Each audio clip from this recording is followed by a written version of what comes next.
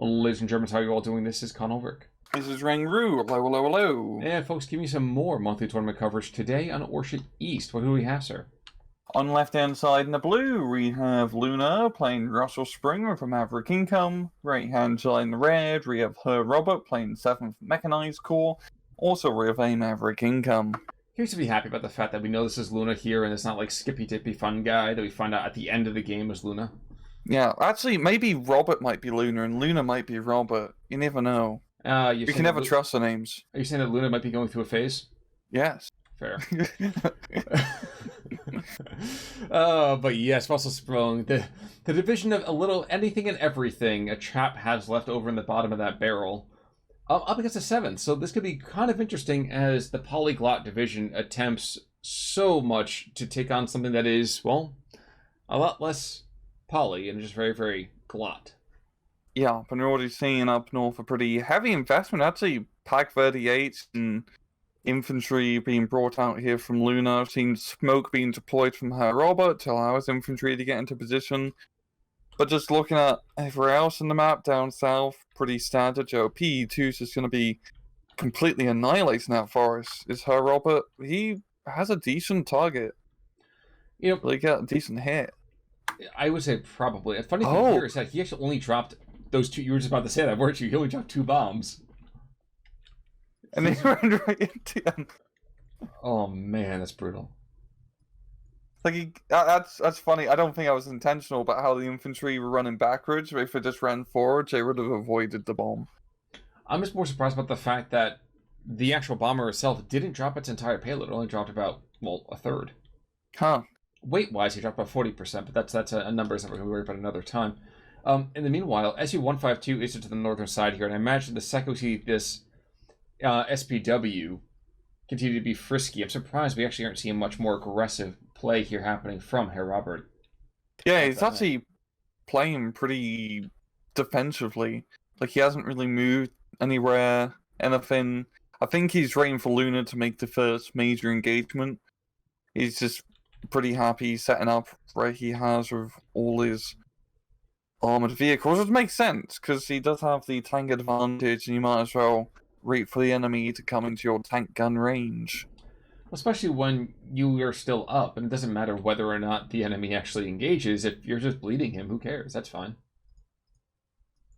So I should consider that first push here. We are going to see Brandenburgers and the Strauss-Jägers coming back into the trees, carefully picking their way over the bodies of their former comrades, now a steaming pile of bouillabaisse down in the woodland grove there.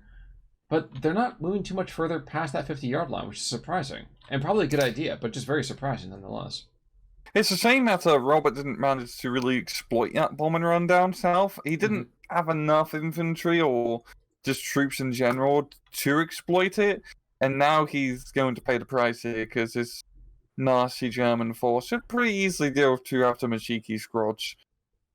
But will he really pay for this? Because think about this. Machikis, again, now with a beautiful, beautiful 100-meter range. Still a little short, but the Brandenburgers have to get awfully close to be seen. Yeah, they have satchel charges, so can. Okay, yeah, that's fair. Here I am, trying to go and talk about the wonders of the Papa Shah. And then someone just sticks a bunch of German grenades together with duct tape. Yes. And one of those squads is going to evaporate. They both evaporate. Interesting. Okay. Looking elsewhere, as now the only thing down south is a single PTRS squad going, I know I'm not here. Unfortunately, he needs to take another lesson on the importance of not being seen. Because it looks like he's going to get his entire lip valve shot off.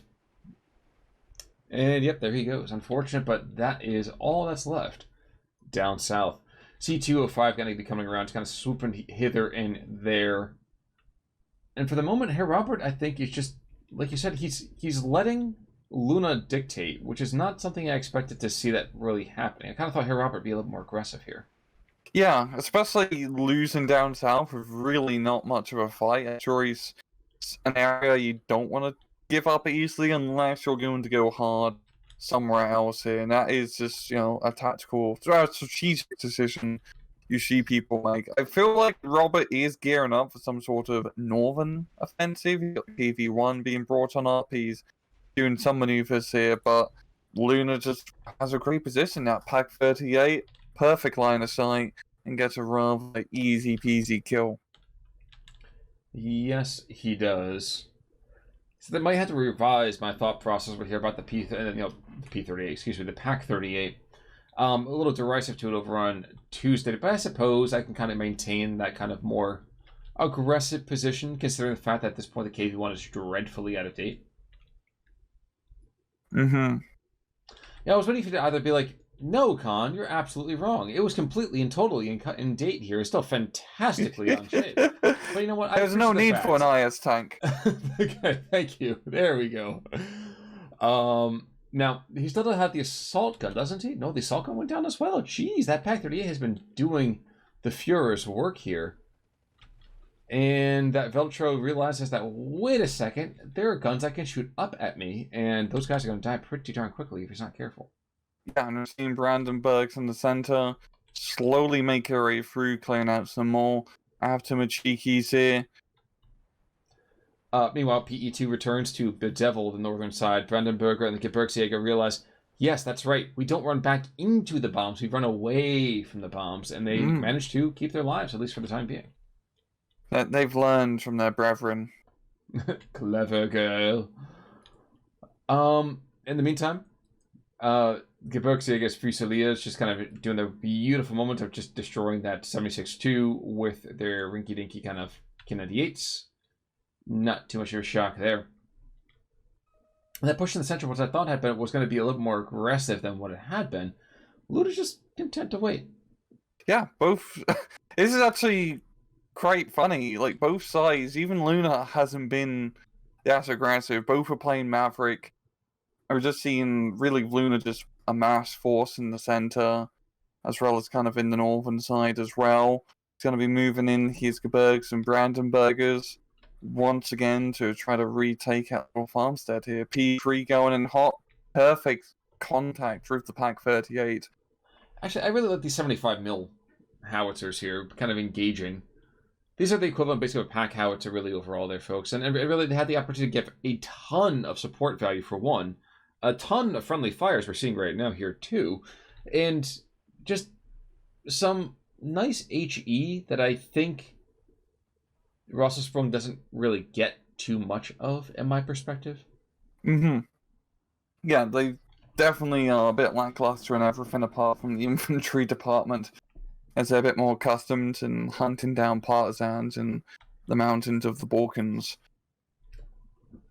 Now, we're no longer in the Balkans here, so you can see right now the Maxims are chewing the Stasiegos to pieces, but the P2 coming on up, I imagine this could be the beginning of a more major push by Luna up that gut. Yeah, I'm actually quite surprised you don't even see like a KV or T-34 tank in the center here. Really, you just want to be spamming those T-34-76s for Robert, as they are pretty nasty tanks up when they're only up against Panzer IIs, Italian tanks, and really only a couple cards of proper anti-tank guns. Like, just spamming those guys, maneuvering around the map, Robert can get some pretty good work done. But he only actually has 4 of them over here in that early phase, because we're not to phase B just yet. We might see that happen in B. Mm-hmm. Heck, we might see that happen in C. I'm going to guess both sides are just not really wanting to invest too much in this A phase just due to attrition. Maybe it's the heavy attack coming into B here. But still, this is quite surprising just how... I mean, we've seen both these play before. It's just very, very passive. Oh, well, the thing is, we're starting to see a bit of a push to the central position here now, and the one thing I'm surprised we haven't seen is little Katya. Oh, yeah. We have 2 of them. We could be seeing Stalin playing that beautiful, beautiful organ here twice, and we're not. Because I feel like this is that moment that I'd be saying, okay, I know he's making a push. I barrage that entire section right there, and there's nothing he can do about it. Or heck, even just the KV run off map. This would be a perfect 1-2 combo. True. You know, off map and push up. I believe the KV run off map still retains its main gun, which is quite nice. Yes, it's one of the rare ones that get to do that. In the meantime, PE3 comes on and obliterates its own flamethrower troop, and Yeah, we're just seeing a lot of just awkward attrition over here on the part of HerrRobert, just dropping units really without too much of a care. Yeah, both sides definitely have the anti-aircraft game on point because we're seeing that both planes get annihilated. Another PE2 going to be coming in hot, gets its load off for the Black Villain, get the kill. It really shouldn't, but it probably will now that I said that. The bombs are surprisingly mediocre. They have been. Meantime, Strokey's coming on in. Ogdemachiki's doing the Ogdemachiki thing. And down south, where I legitimately thought HerrRobert was going to seize a very, very decisive advantage, it is in fact Luna who's in the waxing phase. Mm-hmm. Got 14-10. We're seeing a pretty heavy investment here from Robert to go into the center because he's probably realized, oh god, about to get pushed off his hill. Really can't afford to lose that top position. So he will be getting those troops in. This is the problem also fighting against Rosselsprung is, by god, infantry is quite nasty, especially not just a more traditional Soviet division, with just the basic Soviet troops. I mean, Gebirgsjägers, Brandenburgers, or the Fallschirmjägers, it's a nasty combo. It's all the Jägers. That is certainly the case. Now, we are going to see that 203 off map. Now, at long last, has been brought here to the center. A little late, but, I mean, better late than never, I suppose. And we're also going to see more and more anti-air deployed in the central position here. We have a couple Flak 38 20 mils coming on in. We have the Flak Virlings coming on in. Pak 38 takes out another T-34 76. And the Commandant is even on the actual field. Oh, yeah. Kind of, I would say not command him from the front, but close enough at least. And this is going to provide a rather hefty veteran boost. You see most of the guys there now, 3-star veterans, so you got Flak 38s as well. So it's going to really come down to his KV1 off map, just annihilating his force if Robert wants a chance to get a good foothold back into the town. One nice thing about this too is the KV1 doesn't have to worry too much about actually getting close to the front line to actually fight. He just kind of says, oh yeah, fire over in that direction, and that'll be enough. Yeah. This PE2 will go down though. Mark my words. He should. He's almost out of ammo. Not much to defend himself. PE2 coming in, but I think that's a pretty nasty anti-aircraft net. Yes. Yeah. The veterancy definitely helps out quite a bit. Yes, it does. And he is nothing now but a smoldering husk on the ground. SU-76I is being brought on in, which is kind of a funny thing too. This guy's, again, no machine gun whatsoever, which is exactly what you want to have when you go against an infantry division, is 0 machine guns on your tanks. Mm-hmm. Not HE sounds at least, but where is he deploying them? He is deploying them up north, which makes sense considering he is starting to lose that position as well. He has a decent defense at least along the hill in the forest, but we're seeing Luna just heavily invest up here as well, using artillery effectively, bringing up all his infantry troops. He should, if he just deals with his Su-76 reinforcement column, he should be able to get into that farmstead and then just lock it down. I suspect he will be able to do that before too much longer. Now, 2 of them are being placed in the central position, which I think is just more of a backup for the KV-1s that are down there. That said, you need a lot more there than just a couple squads of Strelkies and a couple Su-76 tanks. Mm-hmm. More infantry troops up north as well. I think Luna is far north? Yeah, it's the far north, so he's going for a rather heavy investment here. And Robert, starting to invest quite a lot into the tank department now. I think it's going to be very curious to see just how well these tanks do here for Robert. It's once again the classic tank versus infantry dichotomy. If he can play in the open, his tanks will do fine, but if he's forced into CQC fights, they're just going to get bucket from all the Panzerwrecks and Panzerfausts. That's true. That's true. Just remember the old kind of phrase, if you can dodge a Shrek, you can dodge a ball. So. Yes. We will certainly see how fleet of track these guys are. 203 does have its first barrage coming over here in the central part of that town. So we're going to see property values plummet with those shells in the next 10 seconds. And also having some Straff troops coming on in here too. Well, it ain't going to be pretty for Luna. No. Yeah, going to take Some rather heavy casualties here. I think it's just going to be about whether HerrRobert can do an effective counterattack. The tanks aren't coming in just in the time. He does have a decent amount of infantry. And there we go, the hits are dropping. And they're dropping hard. Yes, God. indeed. This is the greatest hits kind of album. Like, this actually works really quite well. Yeah, it's just he needs to follow up now. He cannot allow that force to set back up into that position. And this is now and ever. And yeah, the SU-76 is going over the hill. Anti-Strecchio, he's ready to go. He's not stressed. He's dodged those rockets. He's listened to your dodgeball advice. So he should have a pretty fun time against these SUs. That does seem like potential. One SU-76 is down. Unfortunately, bullets are a little bit harder to dodge than, Panzerschreck. Mm-hmm. And we're going to see another kind of barrage here dropping right back down here. Was the Commandant dead? No, the Commandant's not dead yet, but if he's not careful, he will be. Yep, two cluster bombers being brought in up north to deal with this blob. Both gonna get the bombs off. Wow. A single kill. What? Come again? Like, wow. Those Stukas are very cross-eyed, you could say. That's okay, because Bartelt over here in the central position has taken out the KV-1 before he could go and get his last artillery strike in, which is good, because a lot of his compadres over here are getting obliterated by the last lingering shell hits. Mm-hmm. Yeah, but there's still enough infantry alive there to regain that position and defend it, so it's not the worst thing, really. Honestly, Luna did a very good job defending that center. He did lose a lot of his anti-tank. But fortunately, there's not a whole lot of tanks to follow up through. And goddamn, Bartel, he's a maniac on the dance floor. He certainly is. Certainly is. So I was watching the Ju-87 in the meantime, coming in on his nice little gun pod runs. Engaging, and I don't know if he really was able to take out, but he certainly put a lot of stress into that attacking column with his ground attack cannons. SPW-841.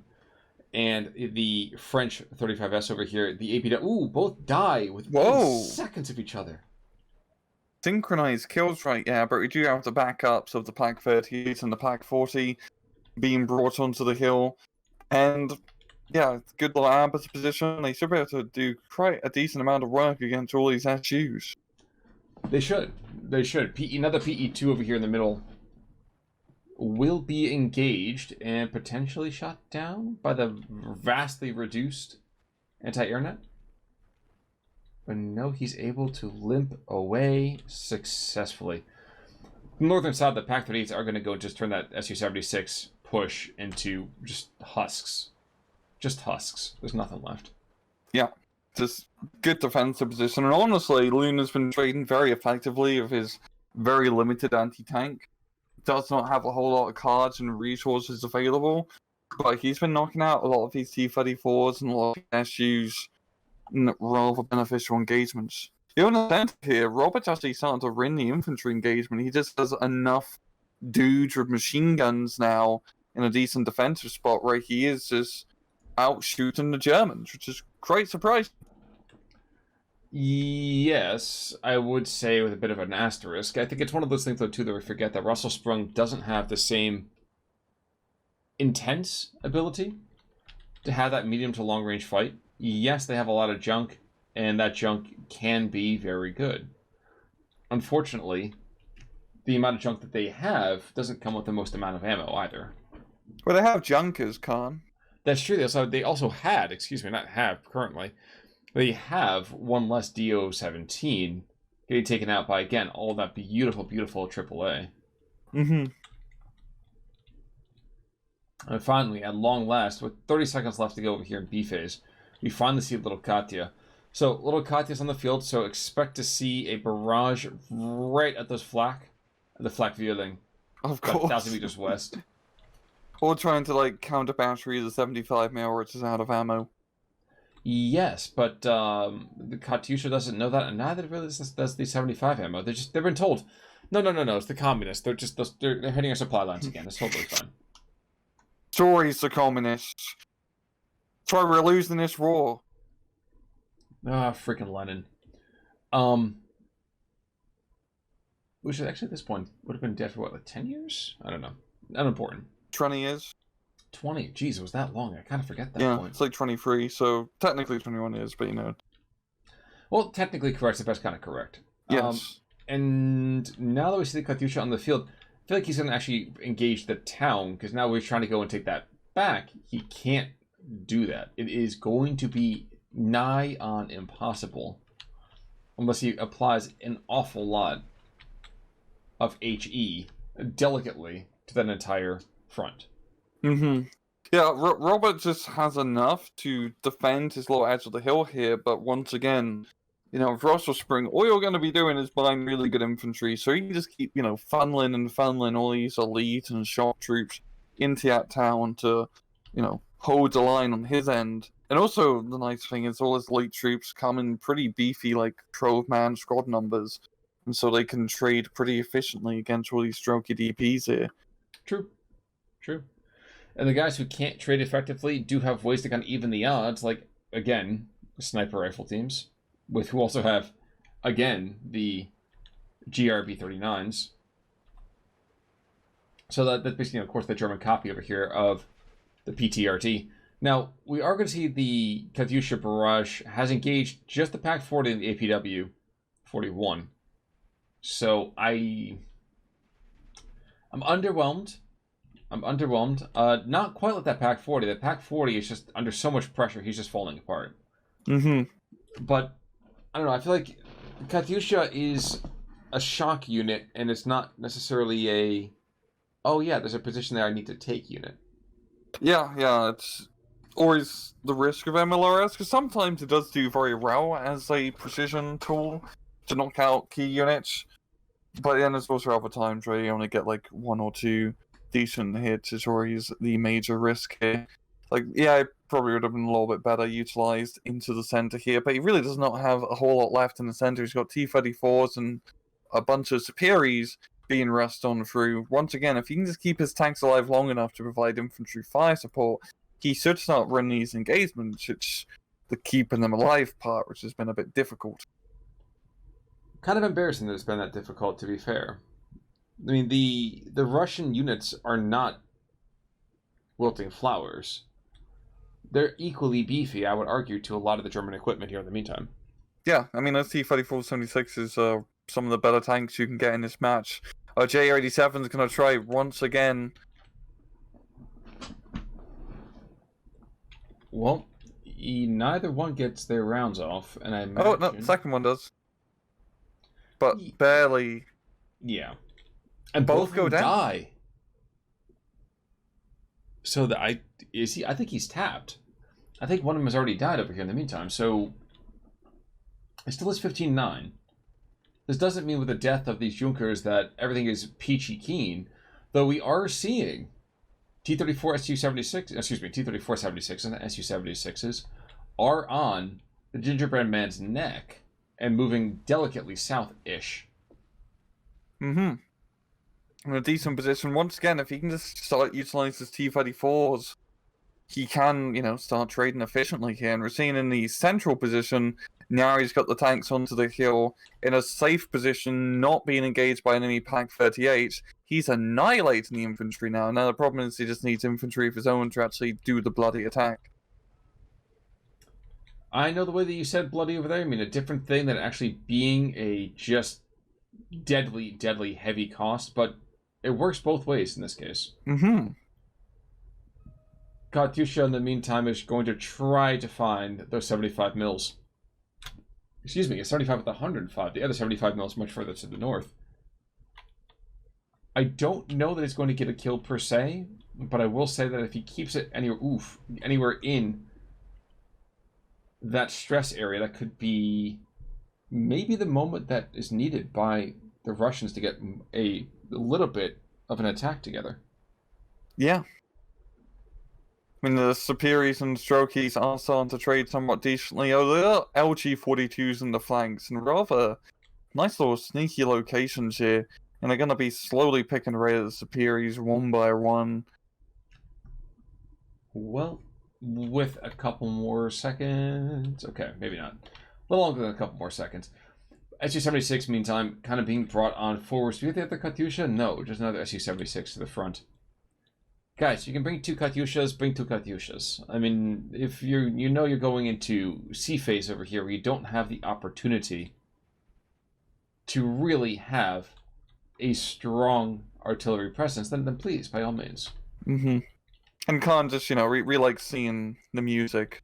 We just want to see more explosions in matches. Exactly. Like that. Look, 1 round takes out a 75 mil. Yeah. And of course the other one's gonna live on 1 HP. Such is the dice roll of MLRS counter battery. Well, the other thing too, that it forced the Brandenburgers to drop out a couple hundred meters short of where they really, really wanted to be. Which is also, again, that's the attritional, beautiful, entropic kind of approach to this game, where you don't have to kill all the time. Just disrupt your opponent to the point that he can't do anything. Yeah. And speaking of I say not doing anything, but Luna's definitely doing something up north, using his shock troops quite effectively to really pick his rather big hole in HerrRobert's flank here. Really not a whole lot here to stop, and Rosselsprung infantry are just going to rush Olympio's Soviets. Yes, they will. There's 37 mil pop gun that's in the area that might be able to cause some casualties, but not for very long. And let's be fair, Brandenburg's coming on in. Geez, who just died? I wasn't paying attention to what kind of plane that came on. I think it's a PU-2. That would not surprise me. Robert does surrender, which I actually think is probably the best thing he could have done under the circumstances, just because of the pounding he was taking. Yeah. Honestly, I think we can say that was a kind of a weird match. Like, both sides, like Luna run, but it felt like her kind of like off their mojo a bit. Like, especially HerrRobert at the start, he just seemed like he was a bit paralyzed in what he wanted to do. Yes, and unfortunately, he's not saying he was paralyzed, but he's been struck by Luna. And Luna just went right through him on the way to kind of giving us this replay here. Looking at kills, the off-map, getting, 5 kills, not too shabby. 203, picking up a couple kills by himself. Excuse me, I mean, that's the KV-1, that is. But other than that, very, very little to kind of write home about. Yeah, and the losses as well, nothing really too crazy either. Just Luna, just managed to force a fight in those annoying infantry grinding areas, and Rosselsprung has very good infantry, so of course they're going to win that engagement. This is true, though I will also say it was helpful that I think HerrRobert's kind of passivity in the early part of the match didn't see the attrition that would have been necessary for Rosselsprung to get kind of kicked in the teeth and kind of slowed down. Yeah, I'm still kind of annoyed with a 7 because he's such a good bombing run, and he never followed up after that. Because especially losing Forest early on sucked, and if he was to maybe just invest a little bit more down south, bombing run, clear out with some Aftermachikis, and then get tanks along the edge of the forest to lock down the road, that's pretty much a sector of the map you're going to have under control for the rest of the match. Exactly. It's such a straightforward thing, to be fair, that it's not really cheeky. It's just more of an auto play. So, But unfortunately, sometimes that's how the vodka runs out of the bottle. And it looks like today the 7th does get taken out by Rosselsprung. Any final thoughts, sir?